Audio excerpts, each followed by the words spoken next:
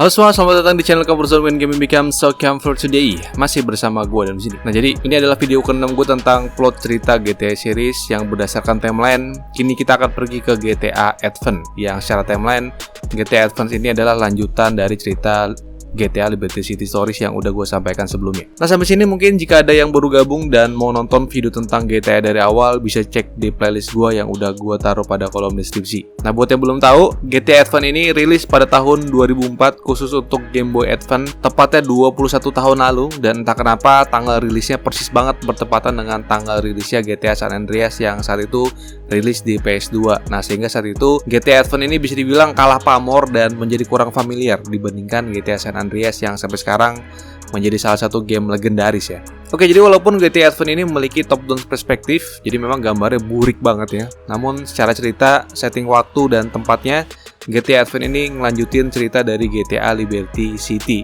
Jadi sabar ya, yang kemarin request mau lanjutin langsung ke pembahasan GTA 3, sabar dulu. Karena sebelum GTA 3, GTA Advance ini kejadiannya lebih dulu ya, sebelum GTA 3 dan memang layak diceritakan juga. Dan hitung-hitung jadi video koleksi buat di channel inilah ya. Oke, langsung aja kita mulai pembahasannya. Inilah dia cerita dari GTA Advance and let's begin the story. Bersetting pada tahun 2000. Jadi pada GTA Advance ini kita akan diajak berpetualang lagi di kota Liberty City untuk melihat petualangan dari seorang tokoh bernama Mike. Mike dari kecil hidup sebatang kara tanpa orang tua dan tidak memiliki tempat tinggal. Namun beruntung dalam perjalanan hidupnya, satu momen Mike bertemu dengan sosok kawan yang sangat berjasa dalam merubah nasibnya nanti, yakni seorang pria bernama Vinny. Nah, pertemuan pertama Mike dan Vinny bisa dibilang tidak ada unsur kesengajaan.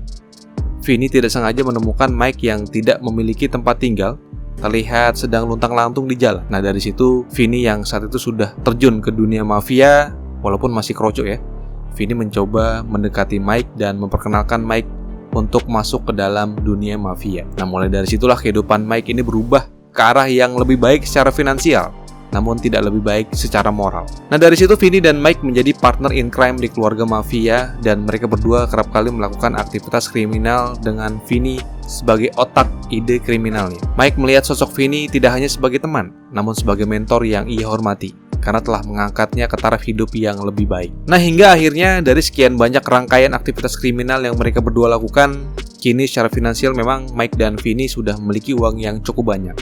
Nah, namun ya karena kerjaannya sebagai kang kriminal ya, dalam hati kecilnya dan Vinny ini masih terdapat gejolak yang membuat ketidaknyamanan dalam hidup mereka. Karena bagaimanapun juga di dunia mafia, status mereka berdua ini masih sebagai pesuruh, sehingga mereka merasa lelah dan ingin stop setelah memiliki uang yang cukup nanti. Nah, sehingga pada awal game GTA Advance ini diceritakan Mike dan Vinny memutuskan untuk berhenti dari dunia kriminal, dan mereka berdua ingin memiliki kehidupan yang baru dengan cara pergi jauh meninggalkan kota Liberty City, kota yang sudah pasti meninggalkan banyak momen-momen buruk dunia kriminalnya. Nah, saat itu mereka berdua sepakat untuk pergi. Nah, namun Vinny meminta Mike, sebelum mereka berdua pergi dari kota Liberty City, Vinny meminta Mike untuk yang terakhir kalinya mereka berdua harus melakukan satu pekerjaan kriminal terakhir sebelum akhirnya mereka berdua benar-benar minggat dari Liberty City. Nah, Mike pun setuju dengan ide dari Vinny. Kemudian mereka berdua pergi ke Mama Restoran, yang restoran ini jika kalian ingat, ini adalah restorannya ibunya Tony Cipriani ya, di cerita GTA Liberty City kemarin.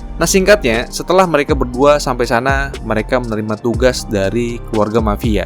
Nah, dari situ Mike diberikan tugas untuk membunuh seorang pria yang bernama Freddy. Setelah diketahui, Freddy mencoba bermain curang dengan mencoba menipu keluarga mafia Salvatore Leone. Memang diceritakan Mike dan Vinny kerja untuk mafia Salvatore Leone.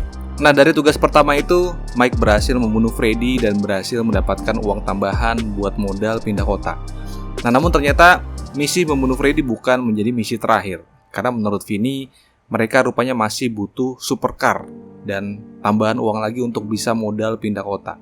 Nah, walaupun ada upaya penolakan dari Mike, namun karena Vinny ini dianggap dulu berjasa ya, telah membantu Mike, sehingga Mike mau nurut sama Vinny. Nah dari situ Vinny memberikan misi-misi tambahan ke Mike, yakni dengan mencuri mobil supercar Banshee dan menjadi protektor mafia demi sekali lagi untuk memberikan dana besar bagi mereka berdua. Setelah merasa sudah mendapatkan dana yang cukup besar, Vinny meminta Mike untuk melakukan satu tugas lagi, yakni memalsukan identitas. Karena jika pindah kota nanti, mereka berencana akan memalsukan identitas mereka. Nah dari situ Vinny meminta Mike untuk bertemu dengan 8-Ball, the Master of Explosion, yang dipercaya si 8-Ball ini bisa untuk membantu mereka. Nah jika kalian masih ingat, si 8-Ball ini jugalah orang yang membantu Tony Cipriani di cerita GTA Liberty City ya di video sebelumnya.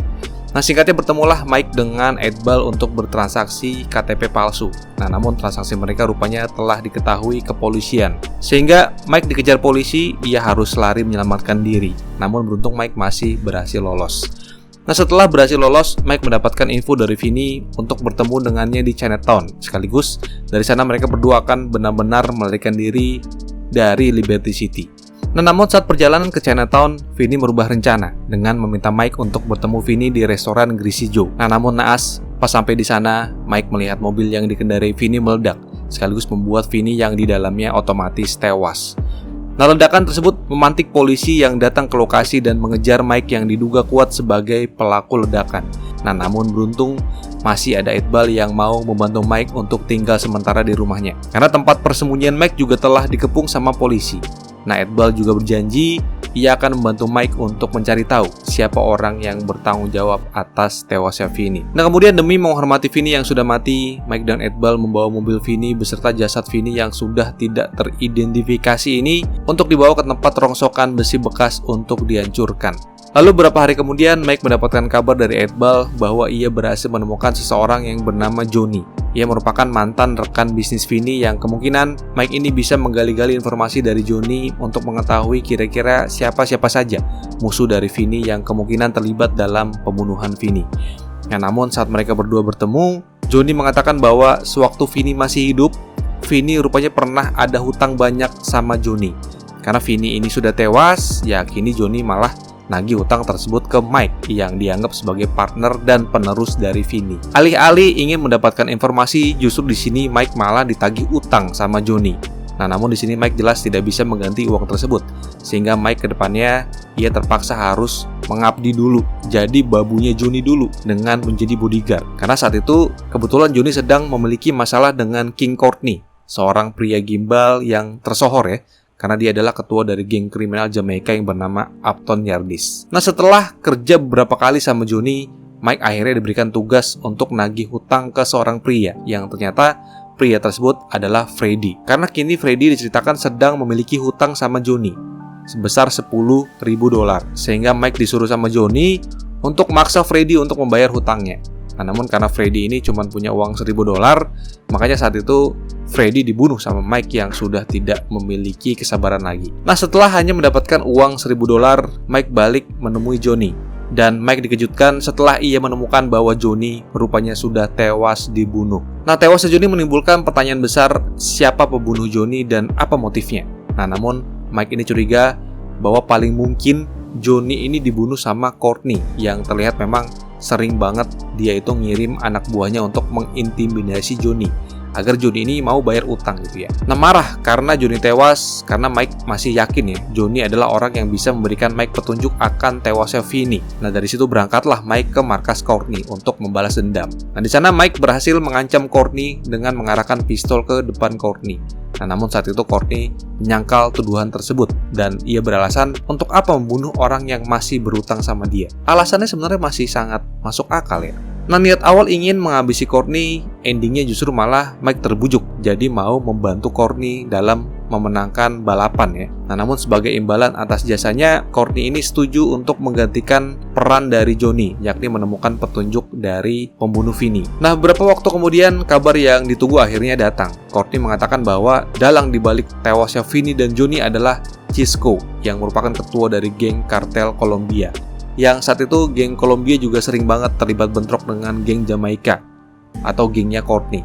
Nah, namun saat itu Mike ini masih kurang yakin dengan informasi dari Courtney. Karena Mike merasa dirinya mungkin hanya diperalat sama Courtney biar Mike ini mau membantu Courtney berperang melawan geng pesaingnya. Nah, walaupun begitu, Mike tetap menuruti perintah dari Courtney yang saat itu Mike mendatangi Cisco yang ia sedang makan malam bersama anak buahnya. Nah, di sana Mike berhasil menghajar Cisco sampai babak belur. Namun Cisco berhasil meyakinkan Mike bahwa Cisco ini bukan pembunuh dari Vinny ataupun Johnny.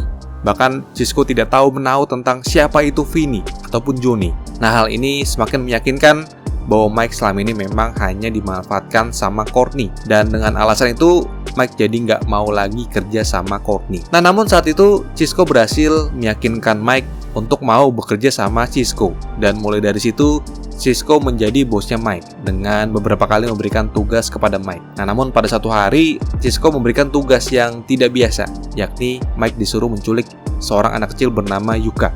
Nah, diketahui Yuka ini merupakan keponakan dari ketua Yakuza terkenal yang bernama Asuka Kasen. Yang motif penculikan Yuka karena Cisco ini ingin memeras Asuka yang merupakan seorang anak Yakuza untuk memperbolehkan Cisco ini agar bisa mendapatkan izin untuk menjalankan operasi narkoba kriminalnya di wilayah Yakuza. Nah, singkatnya, Mike menyamar dan berkendara menggunakan limosin yang dijadwalkan untuk menjemput Yuka. Nah, dia kemudian berhasil menculik Yuka dan memberikannya ke Cisco. Nah, mendengar keponakannya diculik, Asuka menjadi panik. Lucunya, Asuka justru menyewa jasa Mike untuk mengembalikan Yuka. Ya, jadi memang saat itu Asuka tidak menyadari bahwa Mike lah yang sebenarnya menculik Yuka. Asuka hanya tahu bahwa Mike adalah seorang yang memiliki keterampilan yang hebat yang dipercaya bisa menyelamatkan keponakannya.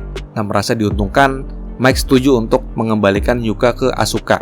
Nah, namun dengan imbalan bahwa Asuka ini mau membantu Mike untuk mencari siapa orang yang membunuh Vinny dan Johnny. Nah, setelah mereka berdua sepakat, Mike akhirnya membebaskan Yuka yang sedang ditahan oleh anak buah Cisco.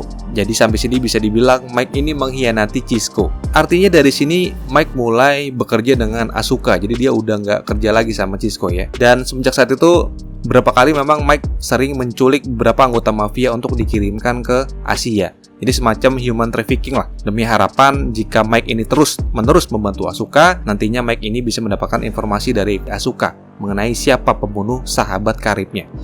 Nah, setelah beberapa kali Mike membantu Asuka dalam menjalankan bisnis kotor miliknya, sampai akhirnya kabar yang ditunggu telah tiba. Asuka mengabarkan bahwa ia telah berhasil menemukan identitas pelaku pengeboman yang membunuh Vinny. Yang pelaku pengeboman tersebut kita sebut saja Bomber. Nah, namun sebelum dia memberitahu Mike siapa itu Bomber, dia ingin Mike melaksanakan satu tugas lagi, yakni membunuh salah satu mucikari yang berkhianat. Nah, akhirnya Mike pun setuju tuh. Namun ia mengatakan bahwa ini adalah pekerjaan terakhirnya untuk Asuka, karena Mike sudah tidak bisa menunggu lebih lama lagi untuk mendapatkan pelaku si Bomber ya, sebagai orang yang membunuh Vinny. Nah, setelah membunuh mucikari yang diminta, Mike kembali lagi ke rumah Asuka. Yang saat itu Asuka mengajukan permintaan terakhir untuk Mike, agar Mike ini mau cuci baut bareng Asuka. Karena selama ini ternyata Asuka tertarik nih sama Mike. Nah, namun Mike ini menolak dengan alasan mencari informasi identitas dari si Bomber atau si pembunuh Vinny ini lebih penting dari sekedar cuci baut ya. Nah, kemudian Mike memilih pergi menemui orang yang dipercaya adalah pelaku pengeboman yang membunuh Vinny ya. Jadi karena saat itu dia udah dikasih tahu nih alamatnya si Bomber ya, lo kesini aja nih, kata si Asuka gitu. Nah, namun sampai di tempat yang dituju, Mike dikagetkan bahwa si Bomber rupanya sudah mati, dipastikan dibunuh. Aduh, gimana sih nih? Susah banget nih nyari informasi tentang pembunuh Vinny ya. Nah, namun di sini Mike berhasil membaca sebuah pesan tersebut meminta si Bomber untuk pergi ke sebuah tempat bernama Wichita Garden. Nah, dari sini Mike ini yakin rupanya ada orang lain yang sengaja membunuh si Bomber dengan motif yang sampai sini tidak diketahui. Nah, namun saat perjalanan ke sana, rupanya Mike dikejar polisi yang seolah sedang menunggunya. Nah, jadi polisi mengejar lantaran mengira Mike ini adalah pembunuh si Bomber yang barusan mati. Nah, beruntung Mike masih berhasil selamat dari kejaran polisi. Nah, namun sampai sini menimbulkan pertanyaan besar, seolah ada seseorang yang ingin menjebak Mike biar ia dituduh sebagai pembunuh. Nah, tapi siapa? Nah, yang paling mungkin adalah Asuka. Nah, tapi kan Asuka terbukti tidak bersalah karena informasi yang diberikan ke Mike ini adalah valid bahwa si Bomber memang benar ada. Namun sayangnya aja dia udah mati. Nah, bermodalkan pesan yang ditemukan tadi, Mike mencoba ke Wichita Garden. Nah, namun sampai di sana ternyata ia sudah ditunggu oleh banyak pasukan yang seolah-olah sudah menunggu Mike dari tadi. Nah, dari sini terbukti ya bahwa pesan yang ditemukan di jasad si bomber sebelumnya adalah pesan jebakan yang sengaja untuk menggiring Mike ke Wichita Garden. Nah, pertanyaannya juga, siapa yang mencoba menjebak Mike? Nah, dari situ Mike kembali lagi ke Cisco dan menceritakan bahwa ia baru aja dijebak 2 kali, namun ia berhasil kabur ya. Nah, di sini Cisco sudah curiga bahwa pesan yang diterima sama Mike kemarin adalah jebakan.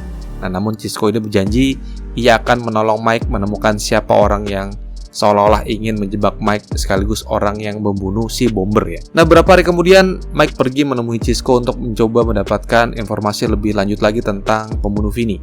Nah, tapi saat sampai di sana, Mike ini terkejut setelah melihat seseorang telah membunuh Cisco. Nah, kemudian di sana Mike menemukan sebuah mobil yang mobil tersebut sama persis dengan mobil yang dipakai sama orang yang membunuh Johnny. Nah, kemudian Mike mengikuti mobil tersebut dan terjadilah kejar-kejaran hebat di sini. Nah, namun setelah Mike berhasil menghentikan mobil tersebut, seorang pria keluar dari mobil dan ternyata pria tersebut adalah Vinny. Bagaimana bisa? Ternyata Vinny rupanya masih hidup.